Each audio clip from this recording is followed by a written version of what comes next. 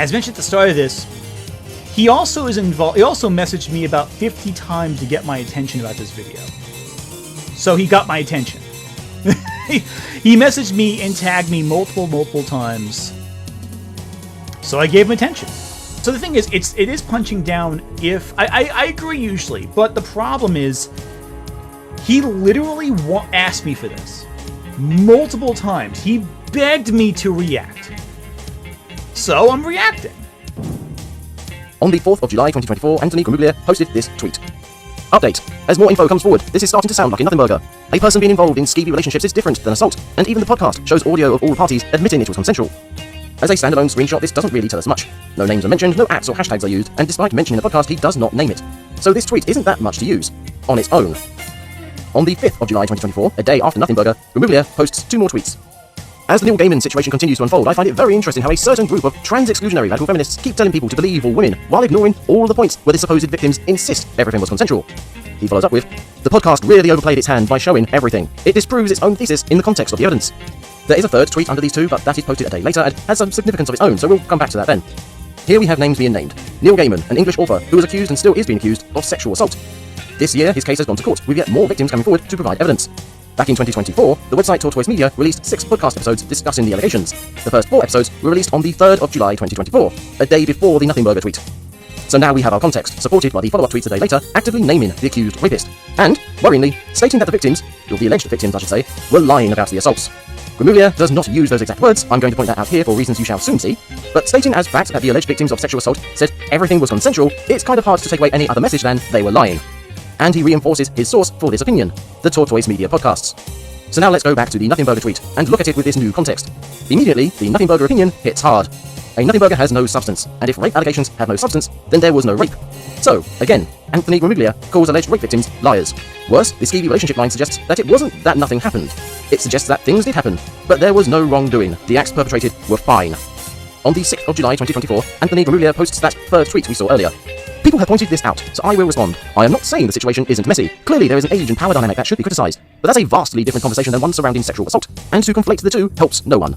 Calling the situation messy is an understatement, but notice how the goalposts have been shifted. Before, he declared the story was without substance and everything was consensual. Now there's an age and power dynamic to be criticised. This is the beginning of the wriggling away from responsibility that we are already familiar with. He's sticking to his guns, but he's slowly sidestepping away. Also on the 6th of July 2024, Gramuglia makes what some might perceive as a damning statement. It will be defensive, but saying Gaiman didn't commit rape but he did use his position for personal gain is a criticism, just a measured criticism. The quotation marks suggest this could have been said by someone else first. It could also suggest he said it earlier and is repeating it. Either way, he is using it and is defending it. He is defending the statement that the alleged rapist Neil Gaiman did not commit rape. On the 8th of July, 4 days after Nothing Burger, Gramuglia tweets, that I'm honestly less sure of. When I read the article, I would have said yes. Listening to the podcast the first time, however, I had doubts. But after this weekend, I am doubting my initial memory of the podcast. Did I misinterpret it? Was I looking for holes in the story? Just like the Nothing Burger tweet, we have very little context to work with here, so we don't know what article he is referring to. But we can see signs of backing down or changing his story. Not accepting blame or responsibility for his words. Oh no, that he's trying to dodge and put onto the podcast he misheard or misremembered. But his story has changed. Why? Unfortunately, the next 2 posts are undated, so we can only guess where they take place in the timeline. I have decided they must have occurred before the 8th of July for reasons that will hopefully become clear.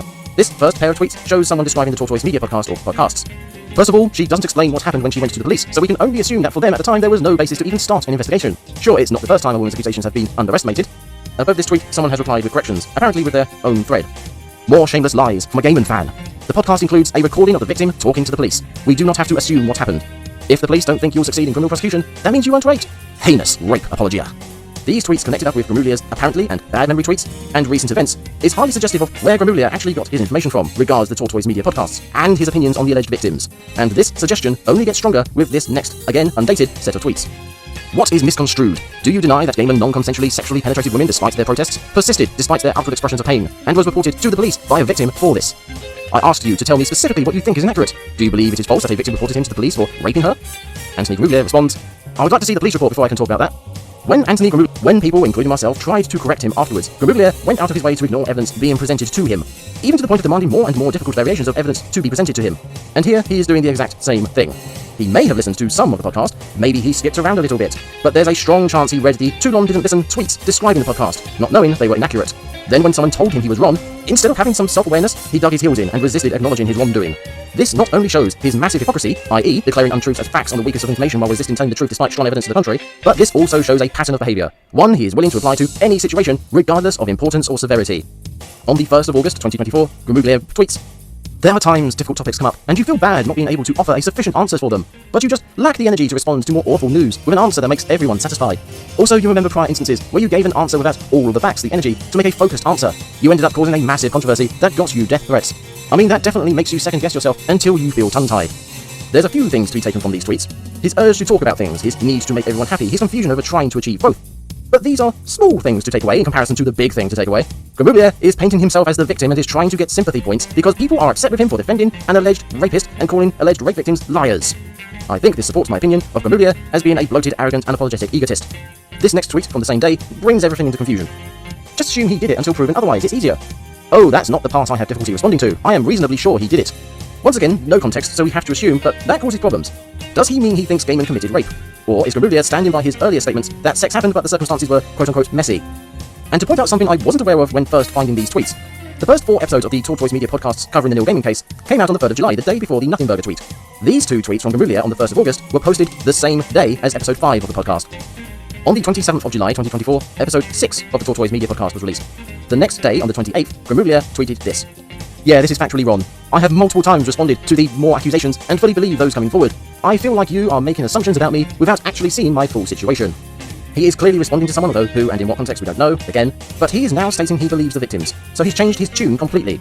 We do also once again get the whole multiple times line, which historically at this point hasn't been used well by him, and that last line is also massively ironic given what he does and how he does it. Then we jump to this year, 2025, and Neil Gaiman is now being taken to court over the alleged sexual assaults. On the 8th of May, Gramuglia apparently got into another discussion about the case and his previous thoughts on it. These have been addressed. I retracted the tweets a day after making them and have spent a lot of time spreading accurate information about this topic. My information was based on limited knowledge of the case. I very quickly changed my tune as I learned more. There is some truth to this tweet, but how much we will never know. We do know, based on the tweets from the 5th and 6th of July 2024, that he has indeed deleted some of his past tweets on the subject. And we have one tweet as evidence that he did change his mind regards calling alleged rape victims liars. But notice the wording here, and notice what he doesn't say, and notice what he blames his words on. Sorry to cut the video clip here and playing a very long clip, but I do recommend watching the full video. I feel like not showing as much as I did would have left what I think is very important information out. It just shows Anthony doesn't give a flying fuck about facts, and if you watch the full video, he doesn't care if he is objectively wrong. His fans also don't care, they'll just eat up what he says and pretend he made a great point, no matter how much evidence you can get or how illogical Anthony is being.